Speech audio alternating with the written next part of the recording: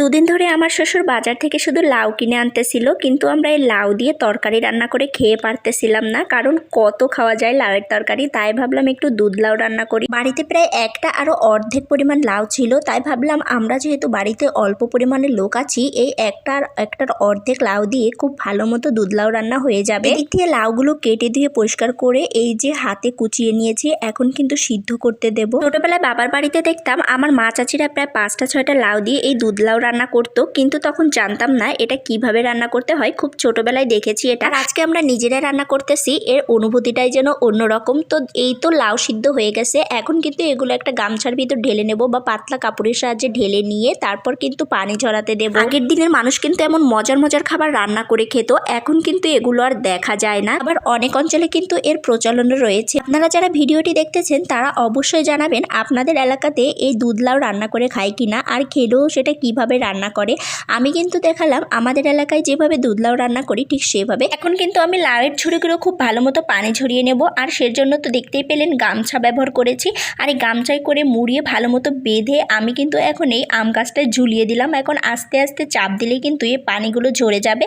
তারপর এই তো আমি কিন্তু পানিগুলো ঝরিয়ে ফেললাম, আর এই দেখেন কতটুকু হয়ে গেছে।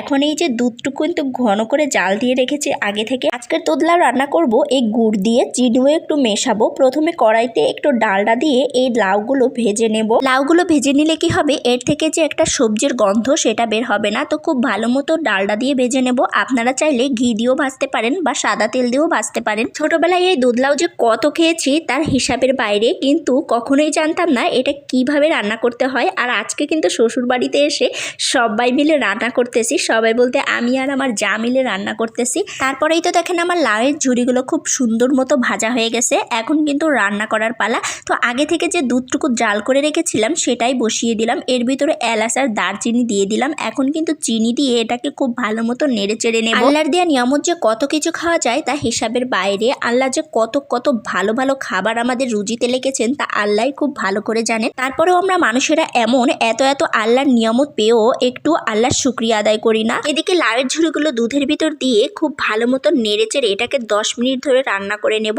এরপর এর ভিতর দিয়ে দেবো তেজপাতা, যদিও তেজপাতাটা আগে দিতে হয়, তো সরি ভুল হয়ে গেছিল। তো এই তো হয়ে গেল আমাদের দুধ লাউ রান্না। তো আপনারা সবাই কিন্তু ভালো থাকবেন, আর আমার বাড়িতে আপনাদের সবাই দাওয়াত রইল। আর ভিডিওটি যদি আপনাদের ভালো লেগে থাকে তাহলে অবশ্যই, যদি পেজ থেকে দেখে থাকেন ফলো দিয়ে যাবেন, আর যদি ইউটিউব থেকে দেখেন অবশ্যই সাবস্ক্রাইব করে যাবেন। আল্লাহ হাফেজ।